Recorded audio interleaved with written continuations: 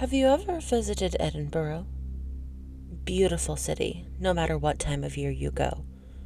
The castle that sits at the center of the city is awe-inspiring, looking down on the surrounding area from the mount. The peaks and valleys of the land have resulted in a city that flows with the landscape. Trees that surround can be steep, with the numerous sprawling alleyways even steeper. It is here that we find the Flesh Market Close. It could be mistaken for any other darkened causeway in the city. It sits among the shops and tourist traps, relatively non-threatening, and can be used as a shortcut to get down to the station if you're in a hurry. The name has been justified through some who point out that flesh markets were a local term for butchers, and through others who suggest it's a hangout of women of the first vocation. These are incorrect. There is a market on the close, but flesh is not the product. It is the currency. Market hours are from dusk until dawn, and the entrance fee is one mouthful of your own blood. Prepare a glass and progress down the alley. As you get halfway down, swig from the glass and spit it against the wall. The blood will bubble and spread across the wall, coagulating into a hardened scab. This will then start to flake and scatter. A rather anticlimactic door will be revealed beneath.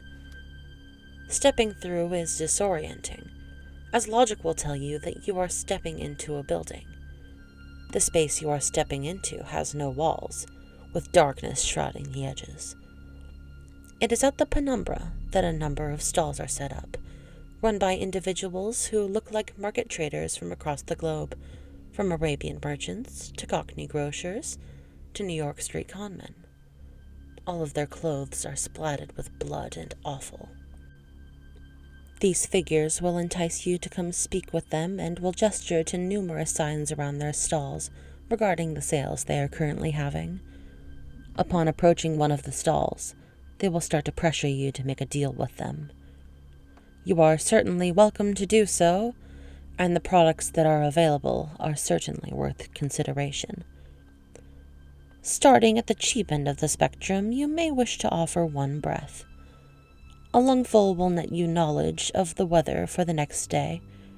In itself a rather pointless purchase in this age of smartphones and the Met Office, but centuries ago, invaluable. Taking this offer will result in the seller reaching out with his hand flattened, then quickly grasping it into a fist. The air will literally be stolen from your lungs and cause a few moments of gasping as you catch your breath. Are you attached to your fingers? How attached? I mean, do you reckon you could do without your little finger? This sale will provide you instant forgiveness from any one person you desire for any wrongs you may have encroached against them. Agreeing to this one will cause the trader to grin and shout, "One Yubetsumi special, coming right up." They will lunge forward and grab your wrist, pinning it to the table. Don't resist, because no one likes a tough sell. A flash of steel and you will be minus one digit. Just remember, you can only pay twice. Now make no mistake, it will hurt. There will probably be a lot of blood, and if you don't take care of the wound, it may even get infected. As the price goes up, you may want to consider taking precautions regarding what you trade. Tourniquets and sutures would certainly not go amiss. Now, some of the trades will seem familiar, and may hark back to stories and legends that have existed for millennia. This is the influence the market has had on our culture, leaching in over the centuries. A pound of flesh will make it impossible for the next person you make a trade with to renege on the deal. Especially useful if you don't trust the company you keep. It has no use within the market, as all of the traders here are trustworthy, and will honor a purchase to the letter and the spirit. Best to leave this transaction until last. How about one of your eyes? Depth perception is overrated anyway. Offering up one of them will allow you to converse with our avian friends. You will be able to call down the birds from the trees, and they will be able to answer any questions you may have. It is advisable that you avoid ravens. They have their own agenda, and it is not in your best interests. The salesman will grab you around the throat and slowly pry his fingers into the socket. A snap of the wrist, and your visual organ will rest in their palm. Another snap, and it will disappear. It is at this point where you may want to consider stronger measures to ensure your survival of payment. In this strange little world of ours, the market is hardly the strangest. Artifacts and incantations exist that can allow the body to continue to function long past the point at which mortal coils would be shuffled from. One or two can be picked up here, but few are willing to live without their sexual organs. It seems eternity is that little bit colder without the ability to get your rocks off. I'm not going to go into details as to how they are taken, suffice to say that it is unpleasant and messy. At this point, the prices become a little more vital. What would you take for your stomach? In this deal, it would merit you the ability to understand the desires of anyone you talk to. Whilst you converse with them, your mind will be filled with the images of that which they covet the most. This would provide a significant advantage to any budding salesman, and the deal has been taken up by several of the stallholders themselves. Some may argue that such a gift would be more poetically suited to the heart. That vascular muscle, however, is a part of an altogether different deal. By bartering with your heart, you can guarantee the happiness of any given individual for the rest of their life, however long that may be.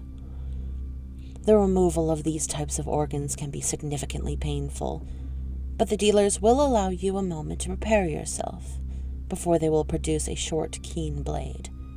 One practiced swipe later, and they will be digging into your tissues.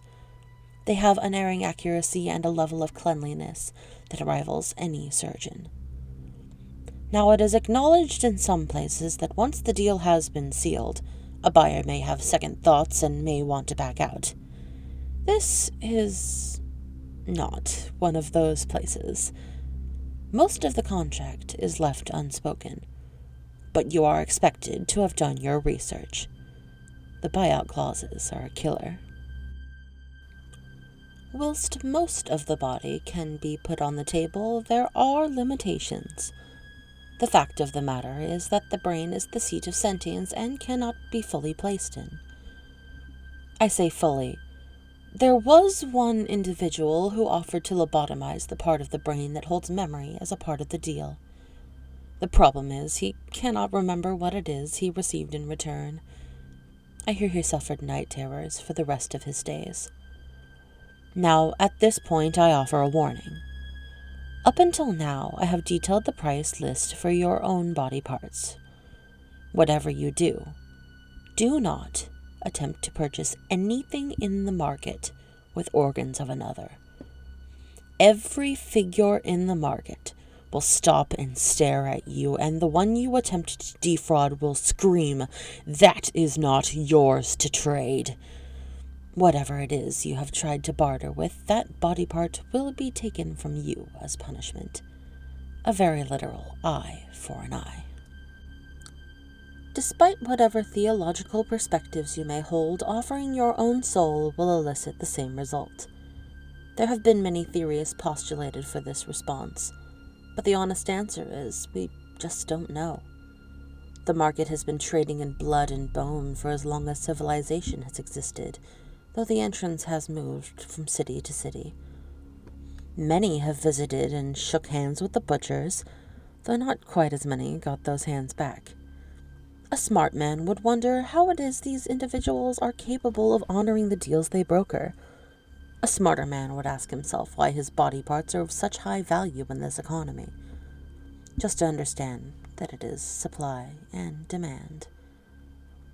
And as long as there are fools willing to supply, you shouldn't need concern yourself with who's doing the demanding.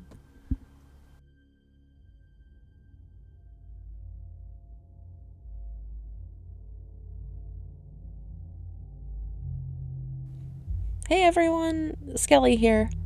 Thank you so much for listening to my first narration ever. I'm so excited to dive into this world, and I've started off with one of my all-time favorite creepypastas. I hope you enjoyed it, like if you liked it, and let me know what you think down in the comments below. Until next time, stay spooky, my friends.